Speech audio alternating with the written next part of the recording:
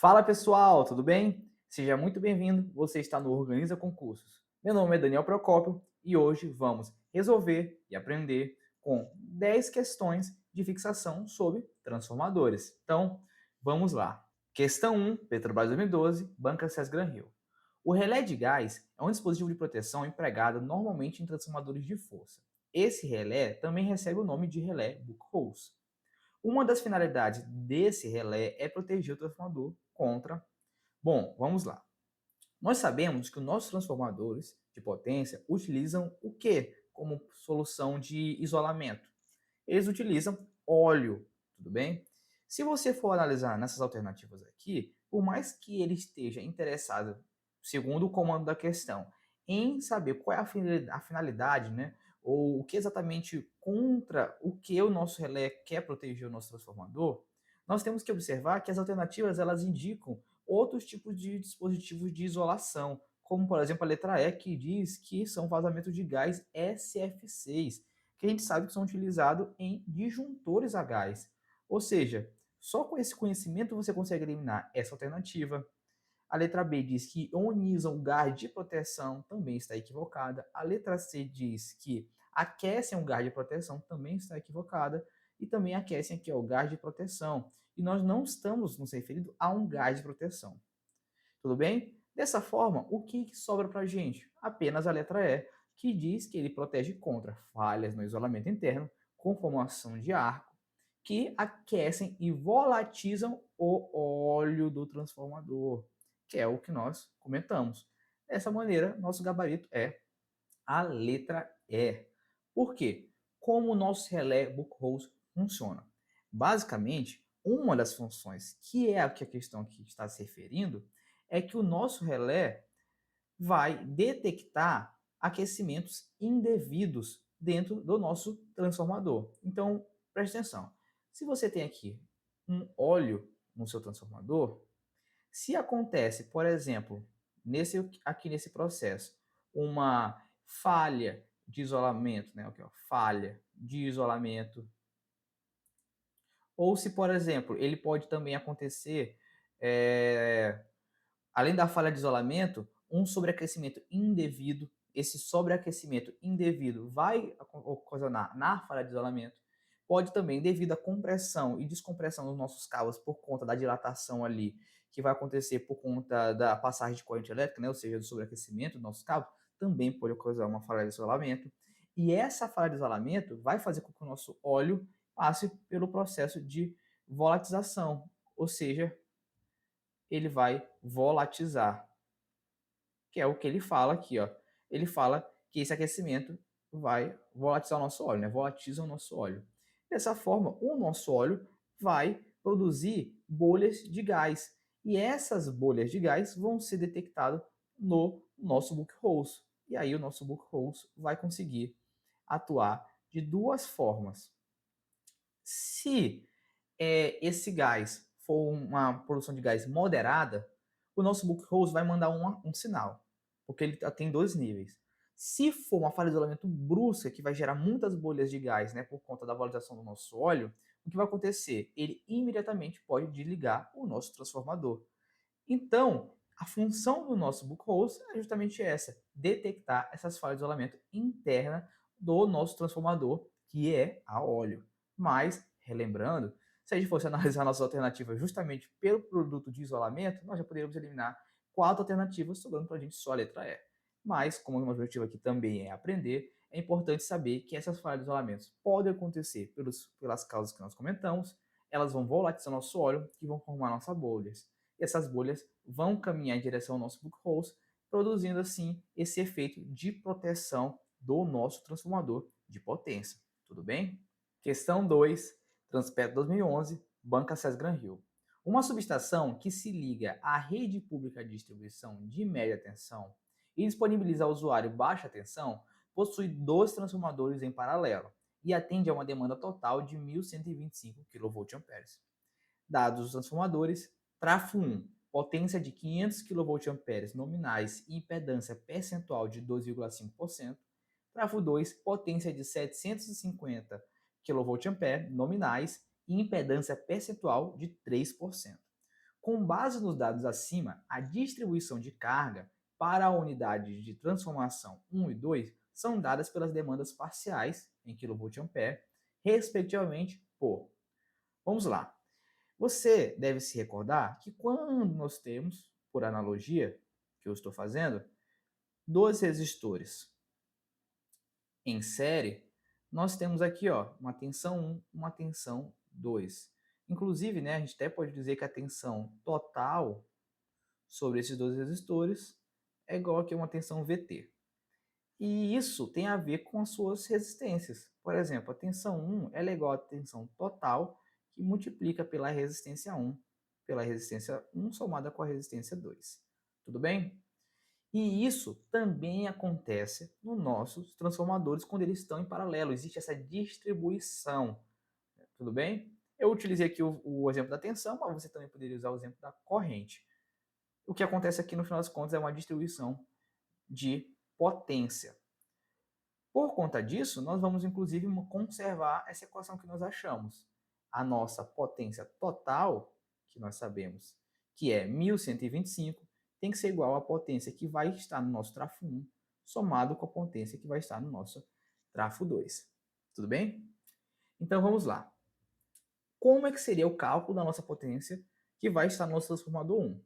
Isso está lá no seu Organiza-Book.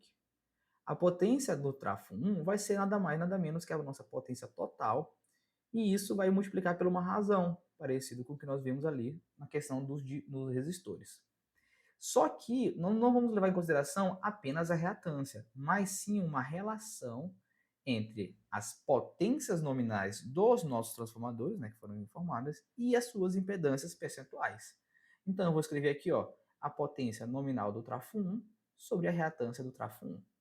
E aqui embaixo, consequentemente, potência nominal do trafo 1 com a reatância 1 e aqui potência nominal do trafo 2 sobre a reatância 2. Tudo bem? Então, você viu como tem uma certa analogia? Isso vai simplificar os nossos cálculos. Na verdade, a forma de lembrar isso é também bem mais simples. Para agora facilitar os nossos cálculos, eu vou escrever separado essas razões para que a gente só possa reutilizar lá, para não ficar enchendo nossas equações com muitos números. Então, por aqui eu vou escrever aqui, Sn1 sobre x1, ela é igual a, trafo 1, como é que ele é? 500 kVA, eu vou usar só 500, e a reatância 2,5%. Vou usar só 2,5%. Por quê? Porque, pessoal, nós vamos ter K aqui, aqui, aqui e aqui. Somado K com K, vou manter o K. E com isso eu vou sumir com K. A mesma coisa acontece ali na parte de baixo com o percentual. Dessa forma, eu consigo simplificar essas minhas razões que eu vou utilizar durante o meu cálculo. Tudo bem? Então, fica aí a dica para você. Dessa forma, eu vou encontrar que isso é 200. Tudo bem? E agora, qual é a nossa relação do nosso trafo 2? Sn2 sobre x2, isso é igual a 750 sobre 3, isso é igual a 250. Pronto, já encontramos. Veja como o nosso cálculo fica bem mais simples a partir de agora. Nossa potência que vai estar no nosso trafo 1 é igual à nossa potência total, 1125, que multiplica por... Quem é essa relação? Achamos que ela é 200. E aqui embaixo, 200 mais 250, 450. Para simplificar nosso cálculo, vou cortar esses dois zeros. Isso aqui vai dar igual a...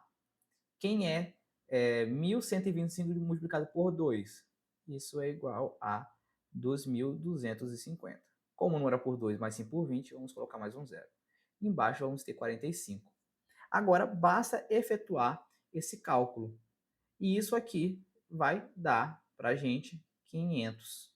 Tudo bem?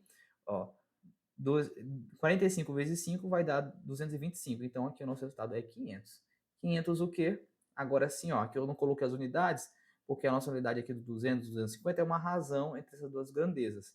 Então, não fazia muito sentido aqui. Mas agora, para expressar a nossa resposta, vale a pena colocar, como a questão informa que é em kVA. O que nós encontramos aqui foi 500 kVA. Tudo bem? Só aqui, já encontramos o nosso gabarito. Letra C. Mas como eu posso encontrar o trafo 2? Lembrando, a soma das potências do nosso trafo tem que dar igual a 1125. Então, nós sabemos que 1125 é igual a 500, que foi a potência que nós achamos, mais a potência do nosso trafo 2. Dessa forma, a nossa potência do nosso trafo 2 é 1125 menos 500. Isso é igual a 625 kVA. E aí, nós encontramos aqui o nosso gabarito, letra C. Tudo bem? É uma questão que pode pegar alguém de surpresa, porque não é um conteúdo que é de conhecimento geral de todos, mas aqui no nosso Organiza Book você tinha acesso a esse cálculo aqui, né? Tanto a explicação teórica como a fórmula que você poderia utilizar para resolver essa questão 2. Questão 3, Petrobras 2011, banca SES Gran Rio. Seja um transformador monofásico de 40 kVA, 3.000, né, para 300 volts, a partir dos ensaios de curto-circuito e circuito aberto, verificou-se que as perdas no cobre e no ferro têm valores iguais a 600 watts e 300 watts, respectivamente. Admitindo que esse transformador alimenta uma carga em condições nominais, com fator de potência de 0,7 indutivo, o valor aproximado de seu rendimento é. Vejamos bem, quando nós estamos analisando rendimento de um transformador, nós temos que ter a seguinte equação em mente, que é a seguinte: o rendimento do transformador é a razão da potência que nós vamos ter de saída sobre a nossa potência de entrada. Tudo bem? Então, ó, potência de saída sobre a potência de entrada.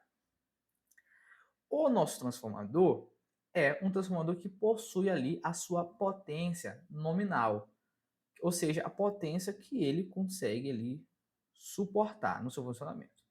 Inclusive, se você dividir essa potência nominal pelas tensões, você consegue saber qual é a corrente nominal em um lado do circuito e no outro lado do circuito. Tudo bem? O que acontece? Ele está falando para a gente que o nosso transformador alimenta uma carga em condições nominais. Ou seja, quem é a potência que nós devemos levar em consideração? É essa vendo aqui, ó, que é a nossa potência nominal. Perfeito? E outra informação importantíssima é que o nosso transformador, nessa situação na qual ele está funcionando, ele possui perdas. Tanto perdas no cobre, quanto perdas no ferro, né, que são as famosas perdas no núcleo. Então, primeira coisa que eu vou escrever aqui para você, nós temos, totalizando as nossas perdas, 900 watts, porque são 600 mais 300. Da onde vem isso aqui? O 600 a gente sabe que é perda no cobre, que a gente consegue escrever como PCU. E os 300 veio da perda no núcleo, que nós colocamos aqui como C, tudo bem? E isso vai dar 900 watts de perdas totais. Agora que nós sabemos as perdas, nós também é interessante para a gente calcular a nossa saída. E quem é a nossa saída do nosso transformador? A saída do nosso transformador é justamente analisando que nós temos a nossa potência de entrada, ou seja, temos a potência de entrada do nosso transformador, menos as perdas que nós tivemos no percurso, tudo bem? Então, quem é a nossa potência de entrada? A nossa potência de entrada, né, que é uma potência ativa, medida em watts, vai ser a nossa potência aparente, que é de 40 kVA ou 40.000 kVA, que multiplica pelo fator de potência. E o nosso fator de potência é 0,7. Isso, né, vai dar igual a 28.000 watts, ok? Dessa forma, o nosso rendimento ele pode ser calculado como? Quem é a nossa potência de saída? Como nós falamos, vai ser 28.000 menos 900. E quem é a nossa potência de entrada? É a potência nominal do nosso transformador. E isso vai ser o próprio 28.000. Dessa forma, o que eu vou ter? Que o nosso rendimento vai ser uma razão onde o nosso denominador é 28.000 e em cima vai ser 27.100, ok? Ou seja, daqui ó, 2.710, opa, dá 2.271 sobre 280. Se você realizar esse cálculo, você vai ver que isso aqui é aproximadamente 0,97. E o nosso gabarito aqui, nessa questão, é a letra E. Tudo bem? O que a gente aprende com essa questão? A gente aprende que a gente tem as perdas. E, a partir do momento que a questão, aqui a banca César Gran Rio, ela falou para a gente que ele está funcionando em condições nominais, a potência de entrada do nosso transformador é a potência nominal, né, que ele consegue ali consumir, que ele consegue suportar. Dessa forma, a única coisa que a gente vai precisar calcular é a potência de saída, que é imaginando que nós temos essa potência de entrada, no entanto, temos as perdas. E nós subtraímos como temos aqui na nossa equação. E aí fica muito fácil equacionar. Sempre que você estiver falando de rendimento, lembre dessa equação.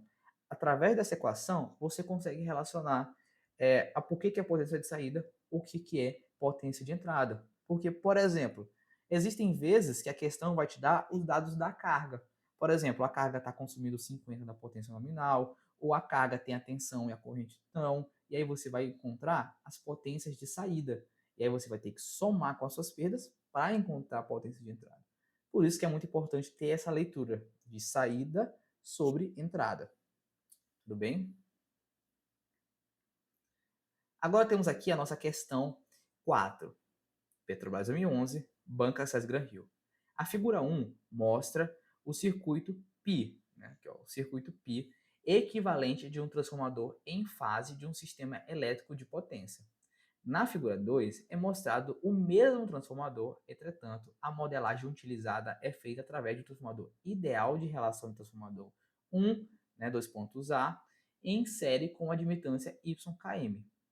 Comparando-se a modelagem apresentada nas duas figuras, as expressões das admitâncias YA, YB e YC da figura 1 são, respectivamente, então vamos lá.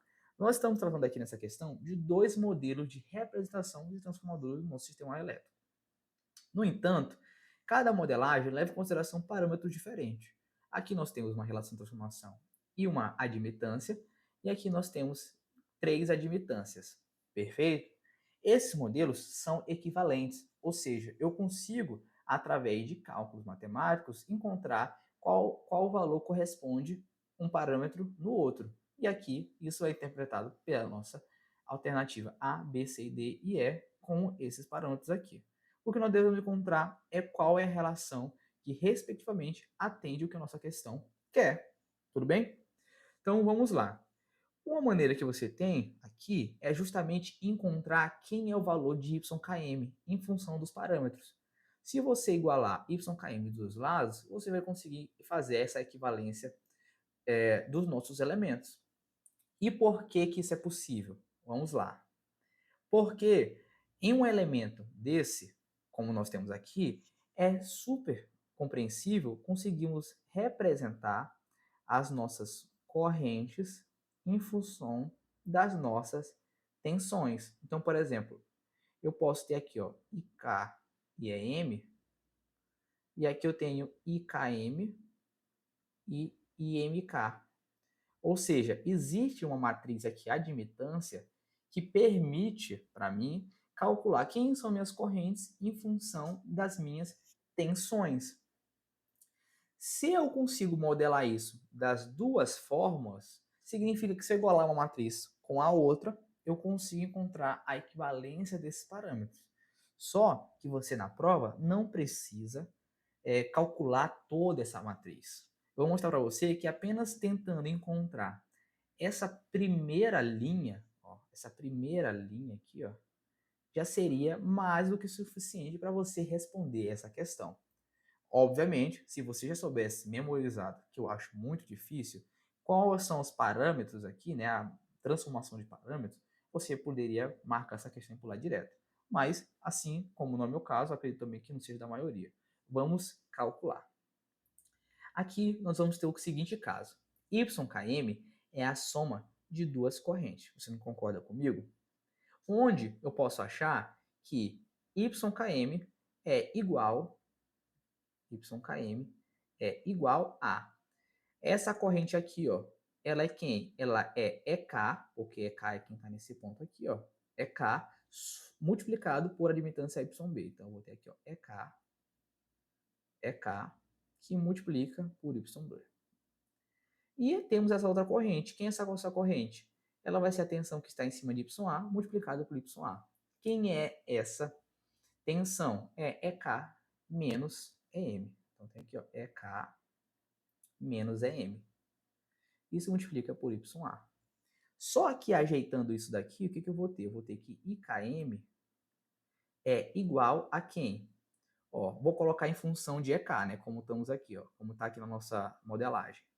EK vai ter tanto YA como YB. Então, eu vou ter que YA mais YB multiplica por EK.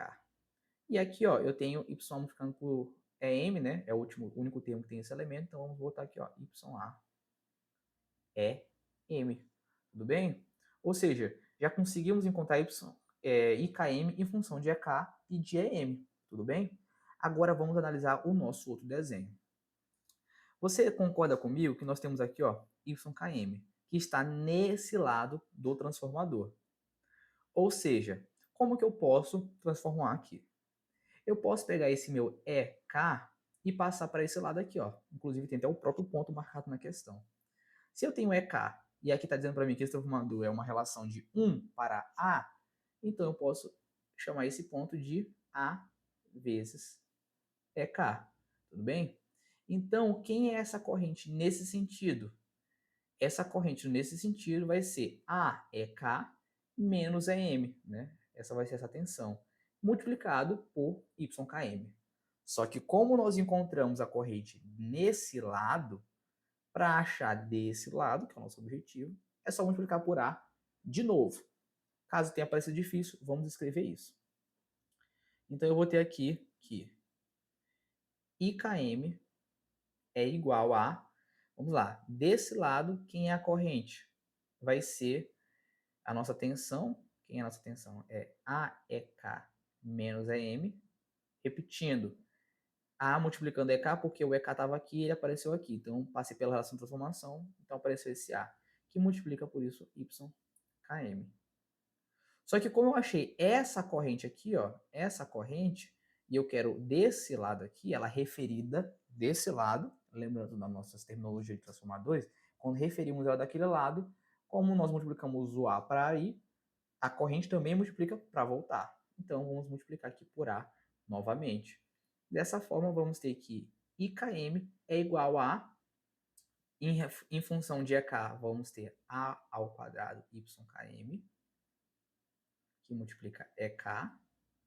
E aqui, em função de EM, vamos ter AYKM, que multiplica EM.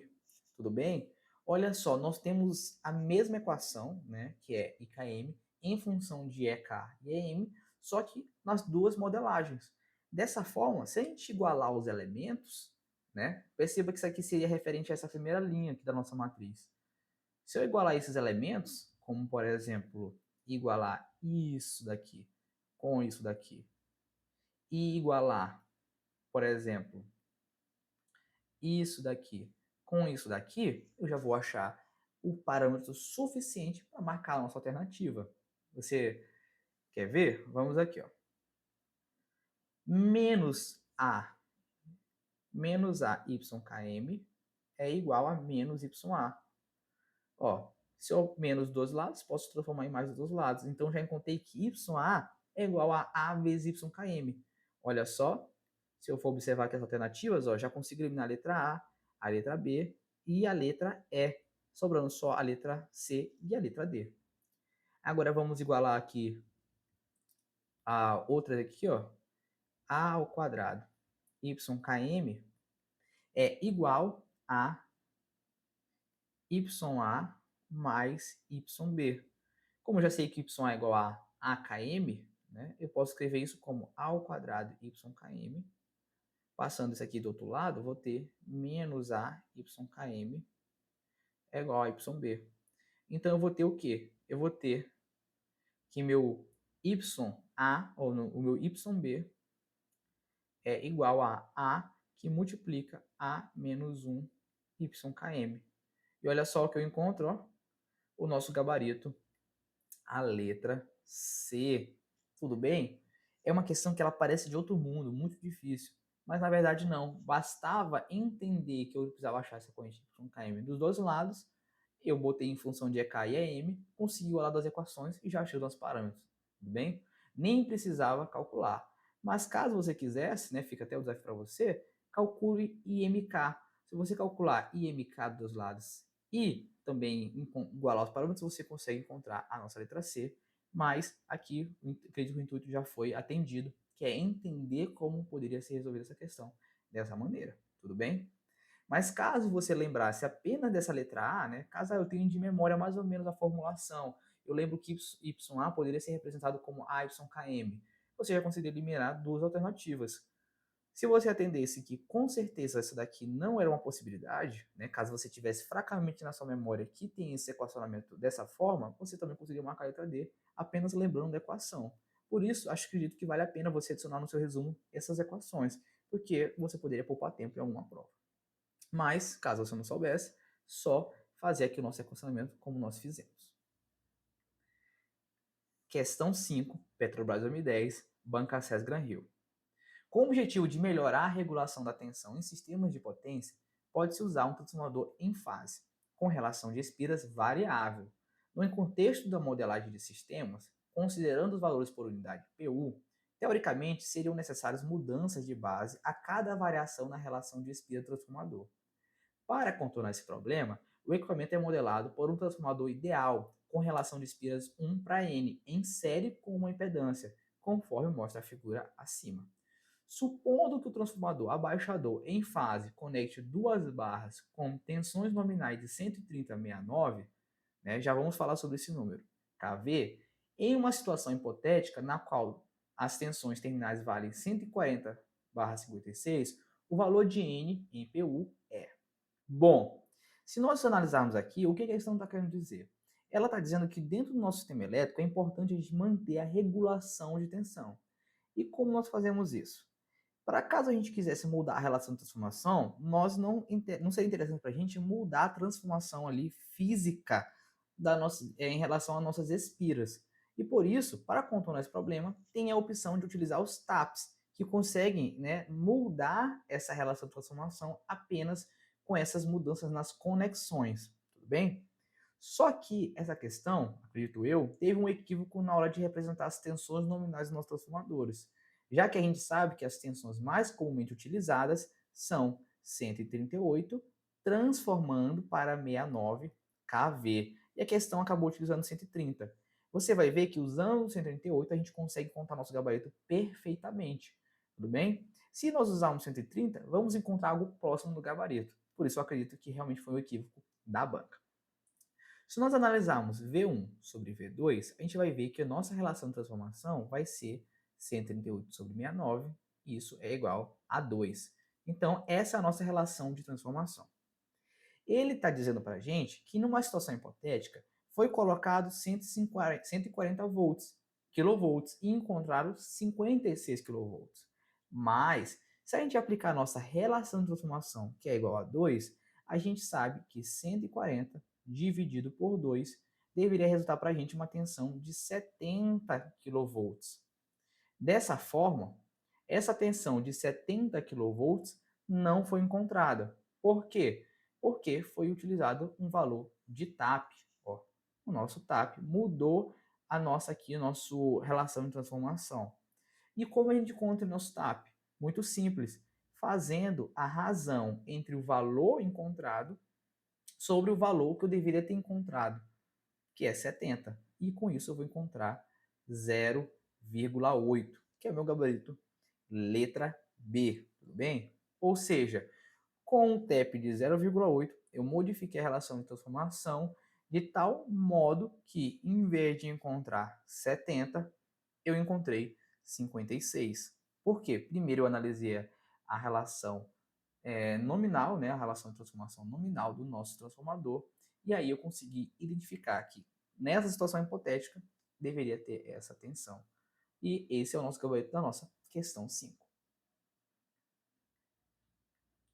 Questão 6, Petrobras 2010, Banca Sesgan Rio.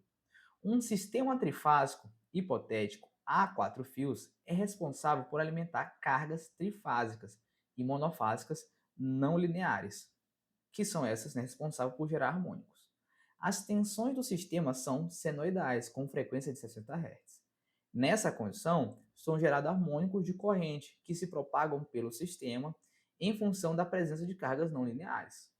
Com relação aos componentes simétricos dessas correntes, aí nós temos aqui as nossas especificações. Bom, a gente sabe que as componentes simétricas são apenas uma forma da gente representar os nossos fasores, né, de tensão ou de corrente. Ou seja, se eu tenho aqui uma corrente, por exemplo, se ela é analisada aqui da fase A, eu posso representar essa corrente da minha fase A como uma soma de uma corrente de sequência zero com uma corrente de sequência positiva somada com uma corrente de sequência negativa. Só que os nossos harmônicos da rede, né, que são uma composição da nossa corrente, elas também podem ser representados utilizando as sequências, mas elas possuem algumas particularidades. Por quê? Nós sabemos que os nossos harmônicos são múltiplos da nossa frequência fundamental. Então, se nós estamos tratando de 60 Hz, nós vamos ter outras correntes, valores de correntes um pouco menores, mas que vão estar operando em múltiplos da nossa frequência, como, por exemplo, 2 vezes a fundamental, ou seja, 120 Hz, 3 vezes 180 Hz, e por aí vai. E como isso impacta nos harmônicos? Você lembra que o nosso circuito de sequência negativa, por exemplo, é a representação de uma sequência de fasores na sequência inversa do sistema que a gente está operando. Então, por exemplo, se eu tenho aqui a fase A, o que eu esperaria se eu estivesse tratando aqui, ó, por exemplo, do sistema ABC? Eu esperaria que minha fase A ela tivesse atrasada em relação a B 120 graus. Então, estaria aqui o B e aqui estaria o C. Como eu estou falando da sequência negativa, é o contrário. Aqui está o B e aqui está o C. A minha sequência positiva, ela seria, como nós falamos, a própria sequência original, ou seja, A, C e B. E aqui nós teríamos 3 fasores, né, A, B, C, com o mesmo módulo e mesmo ângulo. A partir dessa soma, eu conseguiria compor o meu fasor original, né? O fasor ABC original. No caso aqui, né, eu estou representando pela letra A, mas eu demonstrei aqui os demais fasores. Bom, as nossas harmônicas, elas são múltiplos da frequência. Só que esse múltiplo da frequência também vai afetar as nossas defasagens. Ou seja, se aqui eu tenho uma defasagem de 120 graus, a partir do momento que eu multiplico por 3, que é o caso, por exemplo, da nossa harmônica de terceira ordem, esse 120 vai virar 360, que é o quê? É zero. A defasagem de, por exemplo, menos 120 vai virar menos 360, que também é zero. Ou seja, no final das contas, a nossa sequência negativa, quando estamos referindo à terceira harmônica, não existe, né? Ela é representada, né? Por isso a gente acaba dizendo, em um sistema aqui, podemos dizer até que equilibrado, a nossa harmônica de terceira ordem ela é nada mais nada menos que sequência zero. Por quê? A única maneira que eu posso representar ela é com a sequência zero, já que isso acontece. Matematicamente eu vou colocar aqui para você. Então imagina que eu tenho aqui, ó, a nossa harmônica de terceira ordem sendo representada por esse valor, e aqui eu tenho o seno. A partir do momento que eu tenho 3 vezes ômega-t, que é o valor da nossa frequência angular, é como se eu estivesse multiplicando aqui, ó, também a nossa defasagem. Então, ó, esses 120 graus. Por isso que a gente diz que aqui a gente perde essas sequências, e a própria questão dá para a gente entender isso, porque ela fala, ó, caso haja o quinto harmônico nas correntes, eles serão de sequência positiva, ok? Ele induz isso para a gente. E o que a gente vai observar agora é se isso aqui é verídico ou não, baseado nos conhecimentos que nós adquirimos agora. Então vamos lá. Eu disse para você que a nossa harmônica de terceira ordem é de sequência zero. E isso, ela segue uma sequência lógica. Por exemplo, a nossa fundamental, ela é de sequência positiva. A nossa segunda ordem, ela é de sequência negativa. E essa ordem, ela vai se mantendo. Então, eu tenho aqui, ó, 1, 2 e 0, e isso vai se repetindo. Então, por exemplo, vamos analisar a letra B. A letra B diz o seguinte, ela diz que caso haja o quinto harmônico nas correntes, eles serão de sequência positiva, quinto harmônico, ó, sequência negativa. Então, isso aqui está errado. Caso haja harmônico de quarta ordem, eles serão de sequência negativa, quarta ordem é sequência positiva. Também está equivocado. Você viu como os conhecimentos que a gente acabou de aprender, eles conseguem se relacionar facilmente com essa questão? É só entender que a nossa representação dos nossos harmônicos, que são composições da nossa sequência, da nossa corrente principal, eles estão relacionados a uma sequência específica, né? Então vamos aqui, ó. Letra D. O emprego de transformadores trifásicos conectados em delta-delta impede a circulação de harmônicos de sequência zero da carga para o sistema? Vamos lá. Como nós sabemos, o nosso transformador de sequência delta-delta possui o seguinte circuito equivalente de sequência negativa ou de sequência zero. É isso aqui, ó. Ou seja, ele não consegue passar aqui essa corrente de sequência zero. E por conta disso, ele impede a circulação de harmônicos que equivalem à sequência zero do nosso sistema. Então, isso aqui está verídico. Né? Então, o nosso gabarito é a letra D. Vamos observar a letra A e a letra E? A letra E diz que as ordens dos harmônicos presentes no condutor neutro são múltiplas de 2? Não, pessoal. O nosso condutor neutro, como a gente sabe, ele tem uma relação direta com a nossa sequência zero, nossa corrente de sequência zero. Ou seja, ele tem relação, e como nós sabemos que a nossa corrente zero, ela tem relação com os múltiplos de 3, olha. 3, 6. Então, essa letra E, ela está errada. E a letra A, que é, para mim, a alternativa mais interessante. Caso as cargas monofásicas sejam desconectadas, mantendo-se a alimentação das cargas trifásicas, ou seja, nós estamos falando de um sistema ali equilibrado, supondo haver harmônicos múltiplos de 3, né, a corrente de Newton será nula. Caso, né, a gente suponha que esteja aparecendo múltiplos de 3 na corrente de linha, não, pessoal, porque as nossas múltiplos de 3, né, as nossas correntes ali, elas têm a ver com a sequência zero. E a sequência zero, como a gente viu, ela tem relação com a corrente de neutro. Então, se tem harmônicos múltiplos de 3, é porque tem correntes ali de sequência zero. E se tem corrente de sequência zero, é porque tem sim corrente no neutro. Então, ela não é nula. E por conta disso, a nossa letra A também está equivocada. Eu considero essa aqui uma questão bem difícil, porque ela leva em consideração um conhecimento que mistura tanto sequência positiva, negativa e zero, conhecimentos que nós falamos lá na parte de CEP, como também mistura isso com a questão de harmônico, que tem a ver com qualidade de energia elétrica. Mas ambos esses conhecimentos estão aqui relacionados com o nosso transformador, já que essa aqui é uma questão que está justamente se referindo até a mesma ligação do nosso transformador. Tudo bem? Então, essa é uma questão para você ficar de olho, para você deixar aí no seu caderno de favoritas, porque ela é uma questão que carrega muito conhecimento, tudo bem? Lembrando que assim como a nossa corrente, né, a nossa corrente fundamental, ela pode ser representada por correntes de sequência positiva, negativa e zero somada, as nossas sequências, né, ou as nossas harmônicas também podem.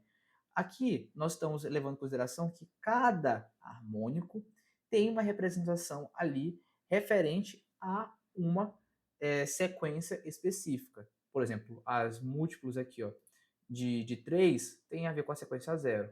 Por aí vai.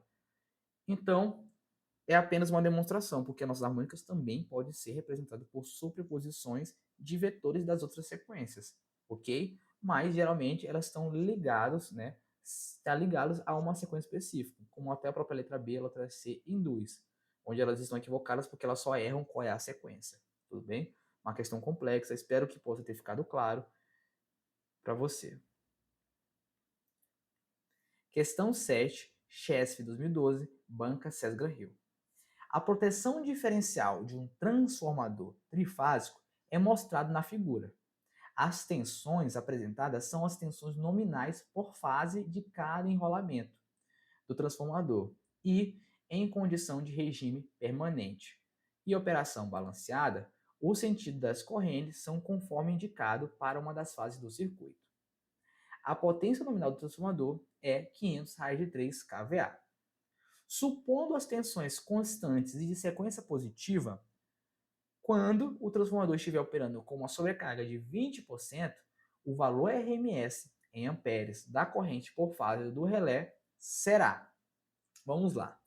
Nós estamos falando aqui de proteção diferencial, ou seja, nós estamos analisando a diferença que nós temos das correntes que estão nesse terminal com nesse terminal, utilizando as nossas devidas relações de transformação dos nossos transformadores de corrente. No entanto, eu quero que você se atente ao sentido dessas correntes bem aqui, ó. Por quê? Porque a questão diz que o sentido das correntes são conforme o indicado. Tudo bem? Para uma das fases. E a fase é essa daqui que nós estamos analisando, se encontra nesse ponto. Por que isso é importante?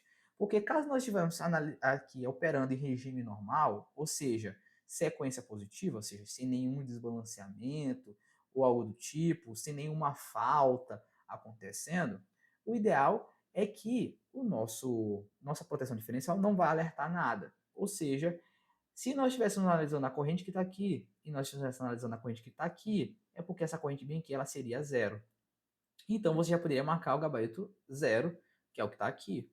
Mas nessa questão, o que eles queriam é que a gente analisasse conforme o sentido da corrente que está aqui. Ou seja, essa corrente vem para cá, ela vem para cá, e a corrente que passa aqui é uma soma dessas duas correntes.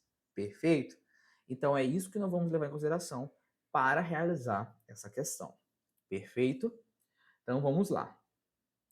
É importante também comentar, pessoal, que o nosso dimensionamento, o projeto que a gente faz de proteção diferencial leva em consideração alguns parâmetros do nosso transformador que está sendo protegido. Por exemplo, se eu tenho um transformador que tem uma relação de transformação que permite eu dividir a tensão em um valor específico de relação de transformação, a relação das minhas espiras do meus T6 elas vão ter que estar de acordo de tal maneira que eu consiga equivaler essas correntes aqui nessa soma, né? O ideal seria até que elas fossem iguais aqui, né? Porque esse é o ideal. Então, eu tenho que botar relações de transformação nos meus T6 proporcionais à do meu transformador. Outra coisa é em relação à ligação. Você vê que essa ligação aqui ó, está em estrela, essa aqui está em delta. Isso também tem que ver com a relação de transformação do nosso trifásico do nosso transformador. Porque se eu tenho uma relação que, por exemplo, permite que a minha tensão aqui no final saia a raiz de 3 vezes maior do que eu estava imaginando, eu também tenho que ter o TC de uma ligação que permita que eu faça essa compensação e volte para a minha corrente ser equivalente nos dois lados. Tudo bem? Espero que tenha ficado claro.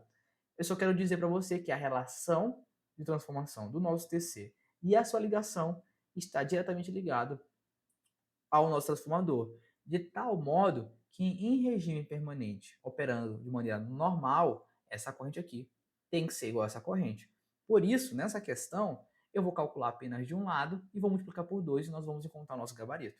Tudo bem? Mas nós também podemos aqui calcular do outro lado e você vai comprovar que isso é verdade. Então vamos lá. Então, quando nós estamos aqui fazendo essa análise, é importante a gente encontrar essas correntes. Vamos lá. Quem é a nossa corrente nominal bem aqui? A nossa corrente nominal, aqui eu vou chamar de I1, ou seja, não é ainda a nossa corrente, porque nós sabemos que vamos ter que aplicar uma sobrecarga de 20%. Mas quem é a nossa corrente nominal 1? A nossa corrente, ela depende de quem? Da nossa potência nominal sobre raiz de 3 vezes a tensão de linha. Aqui nós temos 25 kV. Como essa ligação é delta, significa que na nossa linha nós temos 25 kV. Dessa forma, nós vamos encontrar uma corrente que é igual a temos aqui, ó, 500 raiz de 3, divide por raiz de 3, que multiplica, deixa eu só apagar esse 3 aqui, que multiplica por 25 kV, né? Aqui também era kVA, então corta com corta, raiz de 3, e isso aqui vai dar para a gente 20 amperes. Então, quem é a nossa corrente I1? Ela vai ser 1,2, né? Aplicando a nossa sobrecarga de 20%, vezes 20. E isso vai dar igual a 24 amperes. Então, eu tenho aqui, ó, 24 amperes. Perceba agora que quem é esse meu valor aqui de corrente, que eu vou chamar de 1 linha, né? Passando pela relação de transformação. E 1 linha vai ser igual a esse meu 24 amperes passando pela relação de transformação do nosso TC. E isso vai dar igual a 5 sobre 600, né? Lembrando que isso aqui está na ligação estrela, ou seja, a corrente que eu encontrar aqui é justamente a corrente que está aqui. Então, com isso, né, dividindo 24 por 6, eu vou encontrar aqui que isso aqui é 4, ou seja, meu I1' é igual a 4 vezes 5 é 20, 20 dividido por 100 é 0,2 amperes. Então, se eu já encontrei que isso aqui é 0,2 amperes, e eu sei que aqui, como eu estou falando, né, de um regime aqui em condição sem falta, operação balanceada, isso aqui também vai ter que ser 0,2 amperes.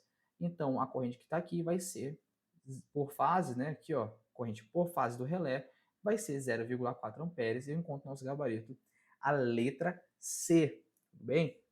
Essa é uma questão que provavelmente alguém, se analisar rápido, imaginar que está falando de condições nominais e tudo mais, simplesmente vai ver, ó, essa corrente está aqui, ela tem que passar aqui, então aqui é zero. Eu poderia marcar a letra A. Mas não é o caso, porque essa questão ela tem essa pegadinha. Ela, como eu falei anteriormente, ela diz para a gente analisar os sentidos da corrente conforme indicado.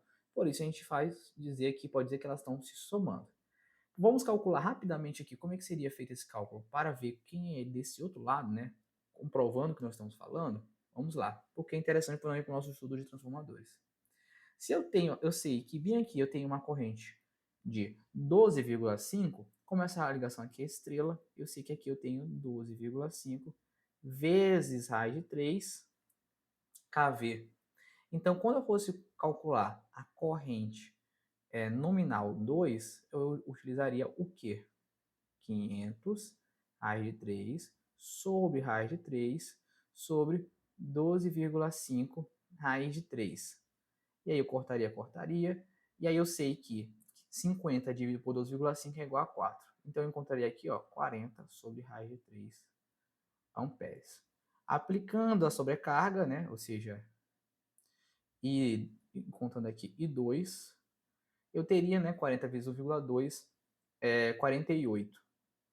Então eu teria aqui, ó, 48 sobre raiz de 3 amperes. Só que veja agora, quem é a minha relação de transformação aqui, ó? É 5 para 1.200, mas eu estou na ligação delta, então a corrente que eu estou achando aqui não é a mesma corrente, né? Analisando aqui outro sentido, a corrente que eu estou achando aqui não é a mesma corrente que eu acho aqui. Para essa corrente aqui virar essa corrente, eu preciso multiplicar por raiz de 3, né? Porque eu estou indo de uma corrente de linha, né? Aqui eu estou de uma corrente de fase, indo para uma corrente de linha. Então, você viu como a compensação que eu falei lá no começo, ela acontece, a ligação ela vem justamente para compensar esse raiz de 3. Porque olha só, olha o que acontece. A nossa corrente 2 linha, ela vai ser o 48 vezes raiz de 3, que multiplica por raiz de 3 da ligação sobre a relação de transformação, né, que é 5 sobre 1.200. Dessa forma, a raiz de 3 corta com raiz de 3, e 2 linha é 48 vezes 5. Né? Quem sabe 48 por 12, isso aqui dá 4. 4 vezes 5, 20, dividido por 100, o mesmo 0,2 amperes. Tudo bem? Olha só, isso aqui deu igual a isso aqui. Comprovando nosso gabarito, letra C.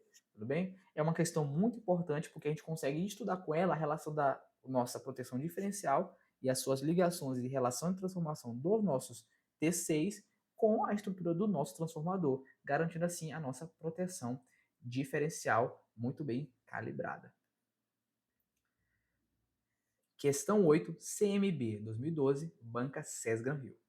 A figura acima ilustra o circuito equivalente em PU do modelo de um transformador monofásico de 200 kVA, 50 kV para 10 kV, 60 Hz. As bases do sistema são exatamente a potência e as tensões nominais do transformador supracitados.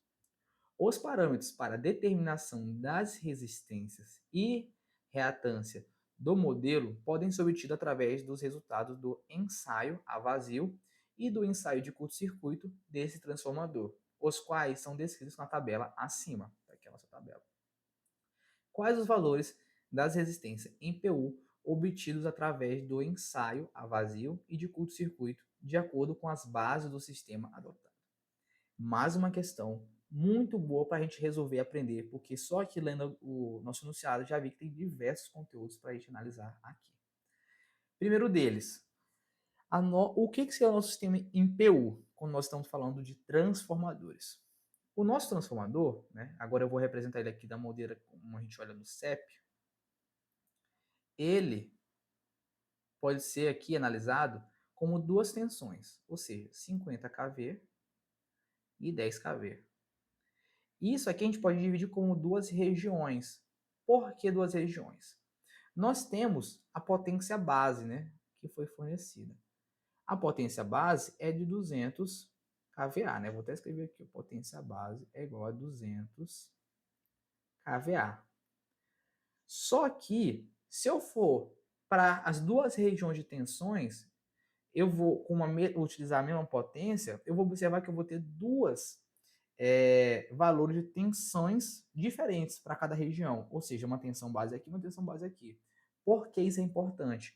Porque se eu calcular utilizando a minha tensão aqui nominal desse lado, por exemplo, a impedância base, eu vou encontrar uma impedância base diferente desse lado em relação a esse lado.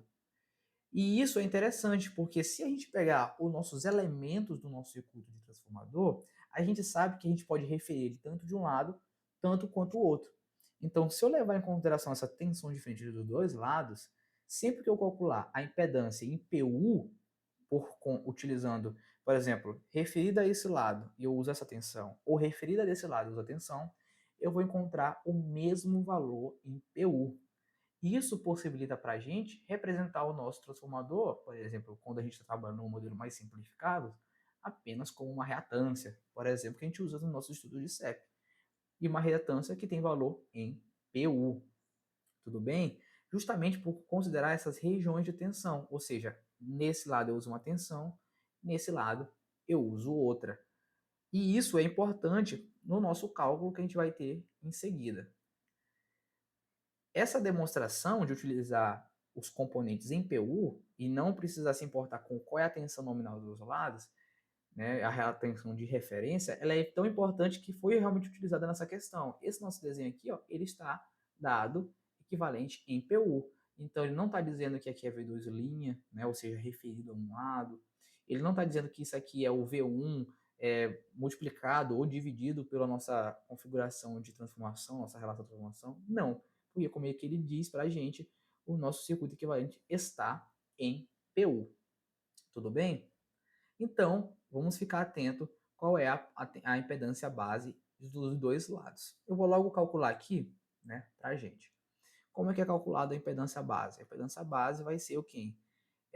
A potência, né, na verdade vai ser a tensão ao quadrado, ó, vai ser a tensão base ao quadrado dividido pela potência base. Eu tenho aqui duas impedâncias bases. Então, eu vou ter impedância base, se eu estiver analisando meu circuito no ponto de vista do 50 kV, isso vai dar igual a, eu tenho o V ao quadrado, né, que é a tensão do 50 kV, né, obviamente é o 50 kV. Então, eu vou ter aqui, ó, 50 ao quadrado vai dar 2.500, isso vai dar K vezes K, né, só para simplificar nosso cálculo. Quem é nossa potência base é 200, então eu vou ter, ó, 200K. Posso cortar K com K. Esse 200 com 200 eu vou ter, então, que a minha potência base em relação ao 50 kV, ela é igual a 25 vezes K, né? Ou seja, 25.000 dividido por 2. Isso aqui é a mesma coisa que 12.500, né, ohms. Ok? Então, já tem aqui. Se eu for calcular agora a minha potência base em relação ao 10 kV, o que eu vou ter? Eu vou ter, ó, 10 V ao quadrado dá 100, 100K vezes K. Isso sobre 200K. Corto K com K. Eu vou ter, então, que isso é igual a 500 ohms. Ou seja, eu tenho aqui já as minhas duas relações, ok? Que eu tenho 100K, K, cortei, beleza, 0,5 vezes K dá 500. Então, vamos lá. Então, vamos agora só aprender, né, sobre os nossos ensaios. O que os nossos ensaios eles dizem? Você percebe que nós temos dois tipos de ensaio. O ensaio a vazio e o ensaio a curto-circuito. Cada um desses ensaios, eles acontecem em um rolamento. Vamos ver por que isso acontece. Nós temos a tensão inferior e a tensão superior. Quando nós falamos de transformador, você sabe que quando nós temos uma maior tensão, vou escrever aqui, a tensão maior, nesse mesmo lado nós vamos ter uma corrente menor. E quando temos um lado com uma tensão menor, nós vamos ter nesse mesmo lado uma corrente maior. No meu ensaio a vazio, eu costumo utilizar tensão nominal. Então, para mim, faz mais sentido utilizar o lado de menor tensão. Por isso, ele fala que vai utilizar o lado de tensão inferior. No ensaio de curto-circuito, eu quero a corrente nominal. Eu quero ver as perdas no meu enrolamento. Dessa forma, para mim, vale mais a pena usar o lado de tensão maior, porque lá a minha corrente nominal ela é menor. Tendo isso como observação, a gente consegue entender por que a gente utilizou cada cada lado do transformador para cada um dos ensaios. Perfeito? Agora, vamos entender como esses ensaios ocorrem e como a gente consegue extrair esses parâmetros. Primeira coisa, o ensaio vazio. O ensaio vazio, que aconteceu no lado de tensão inferior, ele acontece da seguinte forma. Você aplica a tensão nominal e você não conecta nada aqui desse lado. Dessa forma, você consegue analisar, basicamente, quais são as perdas que acontecem no seu núcleo, né? Ó, no nosso núcleo, tá aqui ó, o nosso núcleo. Ou seja, as perdas relacionadas àquelas correntes parasitas, a dispersão, né, ali no núcleo, de fluxo no núcleo, né? Ou seja, aquela dispersão no núcleo, mas na verdade eu estou querendo dizer mais sobre a composição do campo magnético no nosso núcleo, né? Já que a gente sabe que o nosso campo magnético vai percorrer ali o nosso núcleo metálico, que é feito de ferro. Também por isso que também chama de perdas no ferro. Dessa forma, a gente consegue analisar isso através de uma tensão que fica em paralelo com esses dois outros elementos, ó, nossa resistência aqui, ó, e nossa reatância. Sendo assim, se eu quiser analisar a potência dissipada nesse resistor, eu vou utilizar a fórmula tensão ao quadrado sobre ele é igual à resistência dele. E isso vai ser a potência emitida. Se a gente for analisar no nosso ensaio, o nosso ensaio a vazio retornou para a gente qual é a tensão e qual é a potência. Então, eu consigo informar para a gente aqui qual é o valor da nossa resistência, né? A nossa resistência que representa ali as perdas parasitas no nosso núcleo. Como isso? Muito simples. A minha resistência vai ser igual a tensão ao quadrado, ou seja, 10 kV ao quadrado, né? Que vai dar uma coisa que 100 vezes K ao quadrado, né? Quando eu digo K ao quadrado, eu quero dizer 10 a terceira ao quadrado. Essa é uma simplificação para ficar mais simples no nosso cálculo. E dividido isso por nossa potência, que é 1000. 1000 você sabe que é a mesma coisa que K, né? Então eu vou cortar aqui, ó, e cortar o 2. Então eu vou ter que a nossa resistência ela é igual a 100 mil ohms.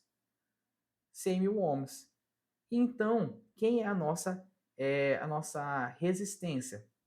A nossa resistência em PU, né? Na verdade, essa aqui não é a resistência R, ela é a resistência RP.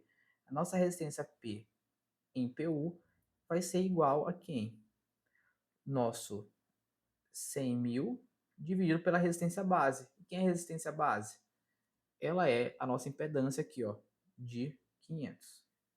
Aí você pode estar se perguntando, como assim eu não, se para tensão eu uso tensão base, para potência eu uso potência base, por que que para calcular resistência eu não estou usando resistência base, mas sim impedância base?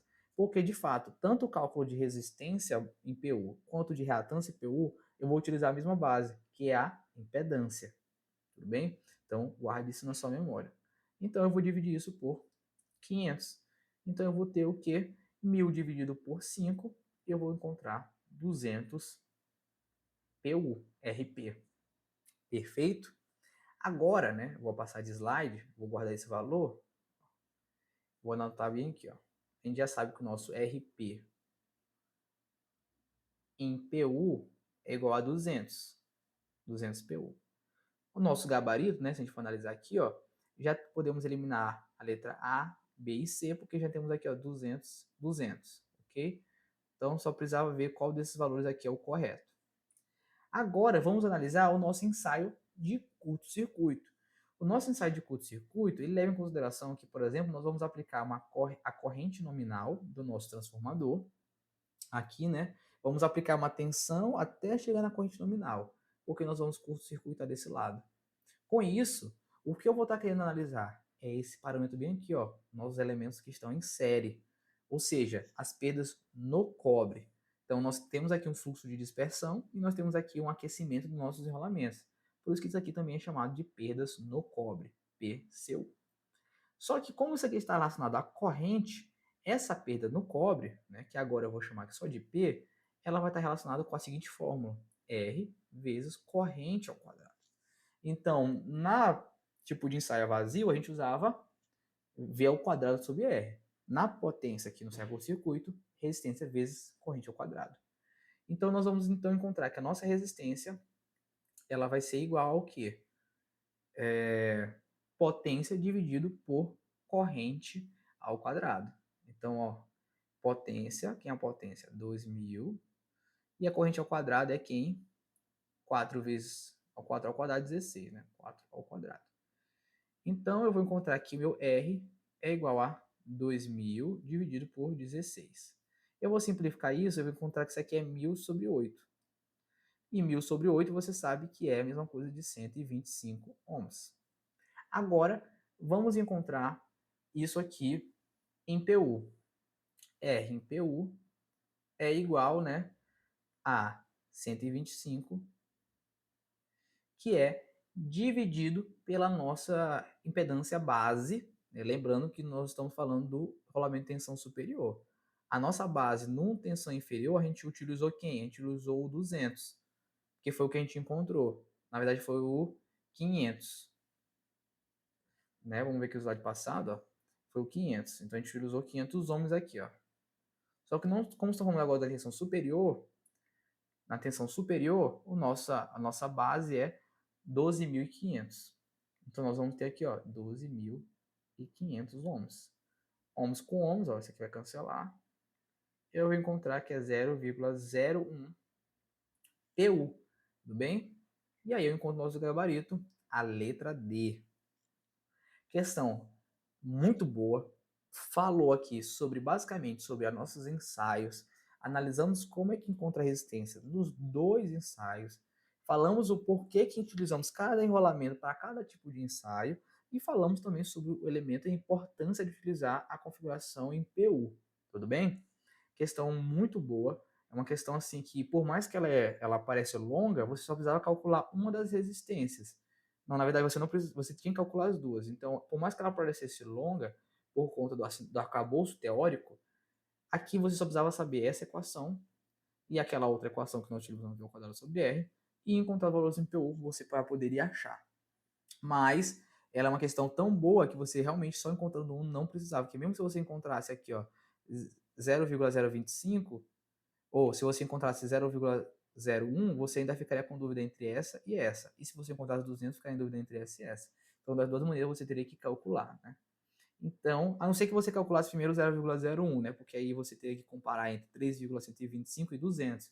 E como a gente sabe, a resistência é aqui do eixo magnetizante, ela é muito maior, né? Então, você poderia acabar chutando 200 aqui, mas não é o caso. A gente não quer chutar, a gente quer ter certeza, e por isso a gente contou nosso gabarito letra D.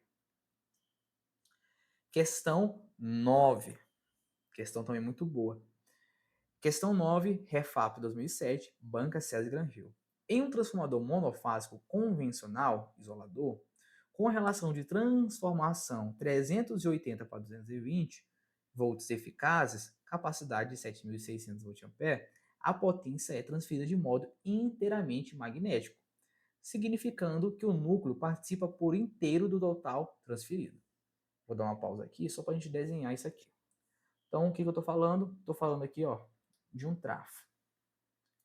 E nesse trafo, ele está falando para a gente que a gente tem aqui uma relação de transformação que é de 380, né? O desenho nem está condizendo muito, deixa eu apagar aqui, 380 para 220 volts. Então, e a gente tem uma potência nominal de 7.600 VA. Esse é o nosso trafo. Continuando. Em um autotransformador de mesma relação e capacidade acima, a potência transferida de modo magnético é apenas parte do total, fato que permite ter um núcleo de menor volume quando comparado ao isolador. No autotransformador descrito, operando em suas condições nominais, a parcela de potência aparente em volt-ampere transferida magneticamente vamos se atentar aqui, pessoal, ele está falando de transformador, só que a gente está acostumado com aquelas questões que falam, olha, se eu tenho esse transformador, eu transformo em autotransformador, qual é a nova potência? Não é o caso. O que ele quer que você pegue aqui é o quê? Aproveite essas especificações. Eu quero um autotransformador com essas mesmas especificações de transformador e eu quero saber o quanto disso é potência transferida de forma magnética e o quanto isso é transferido de potência de condução. Então vamos lá. Vamos aqui redesenhar. Então agora nós vamos estar falando de um autotransformador que tem as mesmas especificações do nosso transformador ali em cima. Ou seja, nós vamos ter aqui um enrolamento, outro enrolamento, e aqui, sim, nós vamos ter as conexões. Então, aqui eu tenho que ter 220 volts, aqui eu tenho que ter 380 volts. Tudo bem? Olha só. Se eu tenho aqui, outra coisa, isso tudo é 7.600 volt-ampere. Pessoal, você não concorda comigo que eu posso escrever 380 volts como também 220 multiplicado por raiz de 3? Né? Porque a gente já tem essa aproximação dentro do nosso coração. Você já resolveu muitas questões, você sabe. E 380 é aproximadamente 220 raiz de 3. Então, se eu sei que aqui é 380 volts e aqui eu sei que é 220, isso aqui eu posso escrever como quem? 380 menos 220. É a tensão aqui nesse enrolamento. Então, eu sei que eu posso escrever isso como 220 raiz de 3 menos 220. E isso é 220 vezes raiz de 3 menos 1. Perfeito? Então, essa é a nossa tensão naquele enrolamento. Tudo bem? Por que a gente vai guardar isso? Porque nós sabemos que a potência total, né, que eu vou chamar aqui de potência do autotransformador, ela é conduzida de duas formas.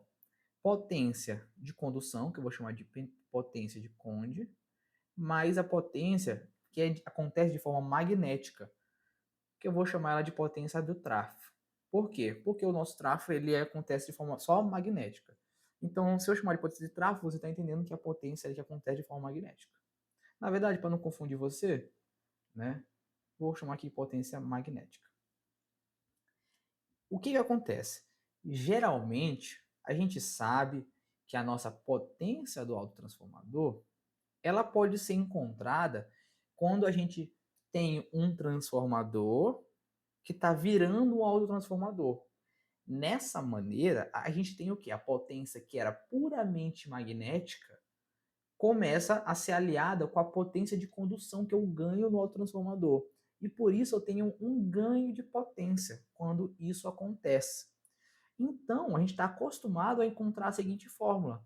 A potência do nosso autotransformador é a nossa potência de trafo, que eu já falei para você que ela é a mesma potência magnética, que é multiplicado pela razão dos enrolamentos que a gente vai utilizar no nosso autotransformador. Ou seja, a soma dos nossos enrolamentos série mais enrolamento comum sobre o nosso enrolamento série. Ou você pode também utilizar, no lugar de enrolamento, as tensões, né? Assim como no transformador normal. Você pode usar tanto a relação pela N1 sobre N2 como V1 sobre N2. Então, aqui, ó. V, V e V. Ou seja, se eu sei que a potência do autotransformador é igual à potência magnética, que ela tem esse ganho, eu consigo achar, através da minha potência magnética, aqui no meu autotransformador que eu estou respondendo aqui, que é dessa questão, também eu consigo saber, através de um ganho de tensão, SE mais comum, opa, vou botar mais para cá para o lado, tensão no enrolamento série mais tensão no enrolamento comum sobre tensão no enrolamento série. Como eu tenho essas tensões que estão aqui, ó, e eu tenho a potência do meu autotransformador que também está aqui, eu consigo encontrar minha potência, que é só magnética, tudo bem? Então, assim como eu tinha a relação do meu tráfego ganhando potência quando vira um autotransformador, eu consigo, com a potência do meu transformador, encontrar quem é só a minha potência magnética.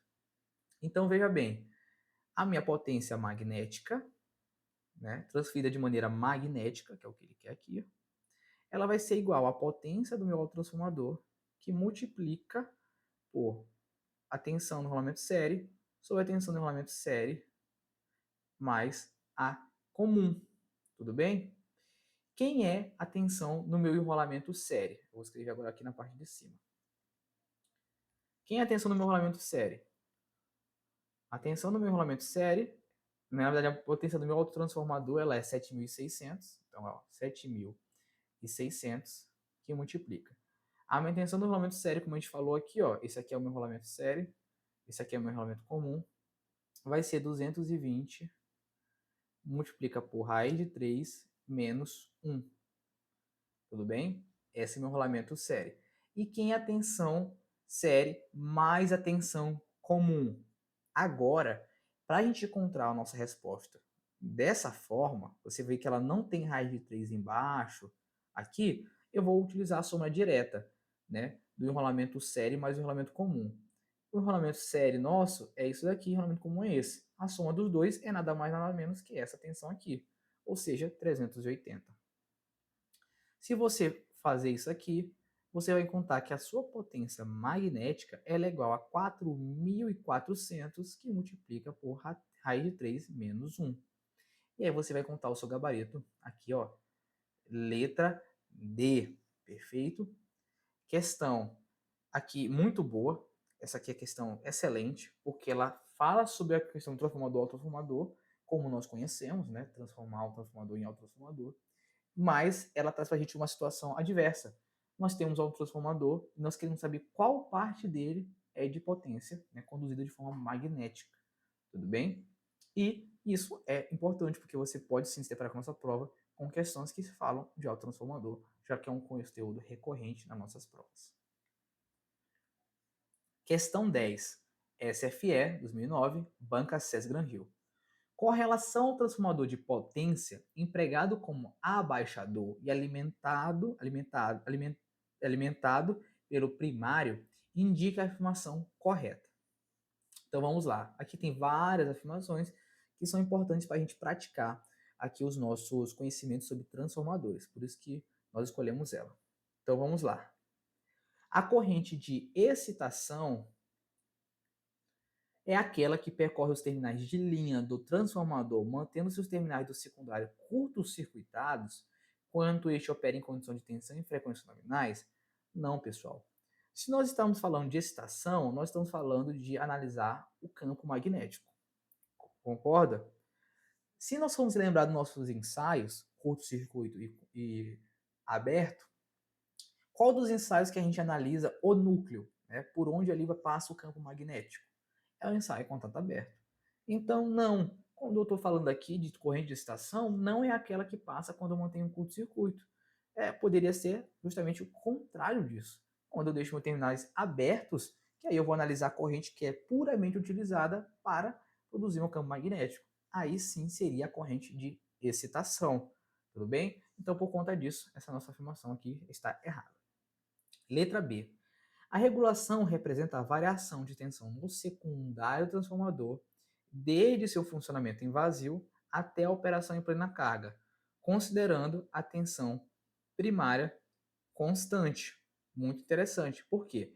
A nossa regulação, geralmente é dada em porcentagem, ela justamente leva em consideração que nós temos uma razão que nós temos a tensão a vazio, a plena carga, sob a eterna carga. Ou seja, quando o transformador está alimentado, está em plena carga, tem uma queda de tensão. E essa queda de tensão faz com que a tensão que eu estou lendo no meu secundário seja diferente da tensão que eu tinha quando eu não tinha nenhuma carga, ou seja, que é a tensão em vazio. Essa diferença, né, essa variação da tensão no secundário do fundamento em vazio até a operação em plena carga, quando eu faço essa razão em relação à própria tensão em plena carga, eu consigo encontrar minha regulação. E por isso o nosso gabarito é a letra B. Tudo bem? Vamos ler as demais alternativas? As perdas em carga se devem à resistência ômicas das bobinas do transformador associadas às perdas no núcleo. Não, pessoal. As perdas em cargas, elas acontecem de duas formas.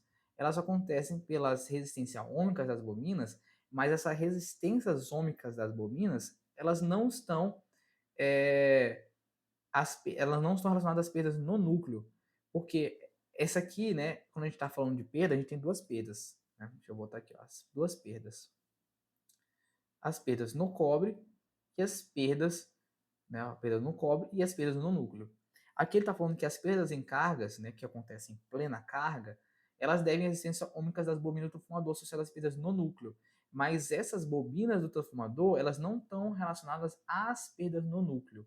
As perdas que nós temos no núcleo, né, elas estão relacionadas às correntes parasitas. Essas perdas que ele está falando que são ômicas, elas estão relacionadas às perdas, né, obviamente aos condutores, no cobre, e que não estão falando dos enrolamentos, e não em relação ao núcleo propriamente dito. Quando nós estamos falando de perda no núcleo, nós estamos falando das perdas referentes às correntes de fuga, as correntes parasitas. Perfeito? Então essa aqui está errada. O rendimento é calculado pela relação entre potência elétrica absorvida pelo primário transformador e a potência fornecida pelo secundário, ou seja, potência de primário sobre secundário? Não, justamente o contrário, né? A potência que eu estou ali entregando, que é a que aparece no secundário, dividida pela potência que eu estou fornecendo de fato, né? Total. Então, seria a potência no secundário sobre a potência no primário. E esse rendimento, ele não chega a ser 100% justamente por conta das perdas que nós temos, que nós comentamos ali em cima, tanto no cobre quanto no núcleo. Letra E. O efeito ferrante ocorre quando a tensão dos terminais secundários é maior do que quando em vazio. Perfeito. Condição que se apresenta quando carga tem fator de potência indutivo. Não, equivocado, né, pessoal? É quando a nossa carga é capacitiva. Dessa forma, o nosso gabarito realmente prevalece, é a letra B. Se atente que essa é uma questão muito boa. Por quê? Porque cada alternativa a gente aprende uma coisa. Porque a gente consegue identificar aqui nossos conhecimentos, que a gente não está falando de secundário curto-circuitado, a gente sabe qual é o conceito de regulação, a gente consegue analisar que as nossas perdas ômicas das bobinas, elas não estão associadas às perdas do núcleo, mas sim às perdas nos enrolamentos. O rendimento não é o que foi dito aqui, e é o efeito ferrante, que realmente acontece quando a tensão é maior em plena carga do que a vazio, mas a nossa carga tem que ter fator de potência capacitivo e não indutivo. E essa é a nossa questão de número 10. Pessoal, aqui nós temos aqui o nosso gabarito. Espero que você tenha gostado desse vídeo. É um vídeo muito extenso para apenas resolver 10 questões, mas é porque aqui a gente não apenas resolve, a gente resolve e aprende, que esse é o nosso método. Tudo bem? Espero que você tenha gostado. Para você estar por dentro, siga o nosso canal, ative notificações e fique por dentro dos demais vídeos que nós temos na nossa playlist de Resolvendo e Aprendendo.